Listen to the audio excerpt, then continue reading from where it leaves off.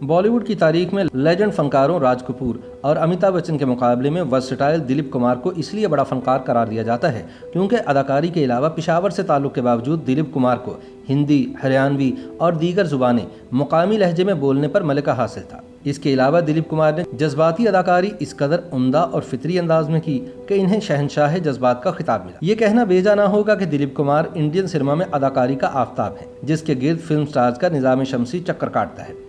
इस बात का एतराफ़ इनके ज़माने के सबसे बड़े हरीफ और मद्दाह राज कपूर ने तो बहुत पहले कर लिया था, और फिर स्टार ऑफ द मिलेनियम यानी सदी के अजीम तरीन अदाकार का खिताब पाने वाले अमिताभ बच्चन तो दिलीप कुमार की अदाकारी के शुरू से ही मद्दाह और मुरीद रहे हैं। दिलीप कुमार, राज कपूर और देवानंद को बॉलीवुड या हिंदी सिनेमा का गोल्डन ट्रायो या तरीदेव कहा जाता है। इनकी अदाकारी का जितना मुआवजा किया गया है, शायद इतना मुआवजा किसी का नहीं किया गया। दिलीप कुमार की सवाने हयात the substance and the shadow में अदाकारा शर्मिला टैगोर लिखती हैं कि दिलीप कुमार ने अपने करियर के शुरू में ही एक वक्त में एक फिल्म का उसूल अपना लिया था, लेकिन इनके ज़्यादातर हम असर बैक वक्त कई फिल्मों में काम कर रहे थे। चूँकि दिलीप कुमार, राज कपूर और देवानंद की तरह डायरेक्टर या प्रोड्यूसर नहीं थे, तो बहुत से लोगों को इनकी हिकमत अमली अहमकाना नज़र आती होगी, लेकिन ये यूसुफ साहब के अपने ऊपर एतमाद के बारे में बहुत कुछ कहती है। वो पहले और सबसे आगे एक अदाकार थे, ना कि बिजनेसमैन। दिलीप कुमार और राजकुमार सबसे पहले सन 1959 में रिलीज़ होने वाली फिल्म पैगाम में एक साथ नजर आए।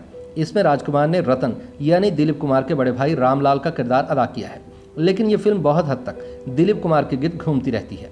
अगरचे इस फिल्म में अदाकारी के लिए बेहतरीन मुआवन अदाकार के तौर पर राजकुमार की नामजदगी सामने आई, लेकिन इस फिल्म को बेहतरीन डायलॉग का अवार्ड मिला क्योंकि दोनों अदाकार मुकालमे के लिए अपने मुख्तलिफ अंदाज के माहिर माने जाते रहे हैं और दोनों सलीस उर्दू बोलने में यकताए रोजगार थे। इस फिल्म के बाद दोनों की राहें जुदा हो गई, लेकिन एक ज़माने यानी 32 साल बाद फिर दोनों आमने सामने थे और इसका सेहरा फिल्मसाज सुभाष घई के साथ जाता है। इस फिल्म सौदागर में दिलीप कुमार और राजकुमार बचपन के दोस्त दिखाए गए हैं, लेकिन दिलीप कुमार हरियाणवी बोलते हैं जबकि राजकुमार खालिस उर्दू बोलते हैं, जिससे ये साबित होता है कि राजकुमार हर तरह की जुबान बोलने पर कुदरत नहीं रखते थे, जबकि दिलीप कुमार इसके लिए मारूफ रहे हैं। अपने ज़माने के सुपरस्टार अमिताभ बच्चन का तो कहना है कि इन्होंने दिलीप कुमार की फिल्म गंगा जमुना कई बार सिर्फ इसलिए देखी कि पेशावर का कोई शख्स पूर्वी जुबान को इतनी महारत से कैसे बोल सकता है। दिलीप कुमार ने अपने हम असरों पर तो सबका साबित कर दी थी, लेकिन फिर इनका मुकाबला एक उभरते हुए सितारे और ताज़ा सुपरस्टार अमिताभ बच्चन से किया जाने लगा। ऐसा लगा कि यह मुकाबला दो नस्लों के दरमियान है। एक नस्ल जो कि उदास थी, जिसका इजहार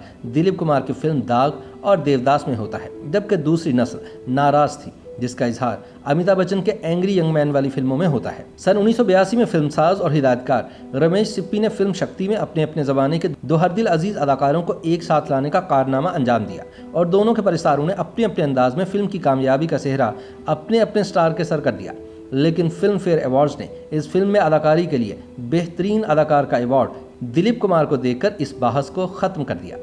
इस हवाले से ये वाक़या बहुत मशहूर है कि इस फिल्म को देखने के बाद दिलीप कुमार के दोस्त और हरीफ राज कपूर ने बेंगलुरु से फ़ोन किया और दिलीप कुमार से कहा, लाडे आज फैसला हो गया कि तुम आज तक के सबसे अजीम फनकार हो। फिल्म प्रेम रोग के दौरान राज कपूर ने ऋषि कपूर को डांटते हुए कहा था कि मुझे यूसुफ चाहिए। एक मंजर में वो शिद्दत जज्बात का इजहार करना चाहते थे और इसलिए उन्हें यूसुफ की तलाश थी। शायद इसी वजह से दिलीप कुमार को बहुत से लोग शहंशाह जज्बात भी कहते हैं। अपनी अदाकारी में हकीकत को उतारने के लिए दिलीप कुमार के बेशुमार किस्से मशहूर हैं और शायद यही वजह है कि एक अफवाह ज़माने तक गर्दिश करती रही कि दिलीप कुमार की एक फिल्म कफन या कफन दफन बिल्कुल तैयार है, जो इनकी मौत की असल शूटिंग के बाद रिलीज़ की जाएगी। 98 बरस की उम्र में वफात पाने वाले दिलीप कुमार की 7 जुलाई सन 2021 को तदफीन भी हो गई और ऐसा कुछ नहीं हुआ।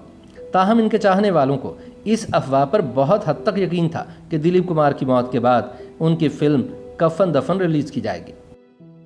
YouTube पर गूगली न्यूज देखने के लिए youtube.com की सर्च बार में गूगली न्यूज टीवी टाइप करें। गूगली न्यूज के पेज पर सुर्ख रंग के सब्सक्रिप्शन वाले बटन पर क्लिक करना ना भूलिए। YouTube पेज पर अपलोड होने वाली वीडियोस से बाखबर रहने के लिए बेल आइकन पर क्लिक कीजिए। आपको हर नई वीडियो के बारे में नोटिफिकेशन मौसूल हो जाएगा।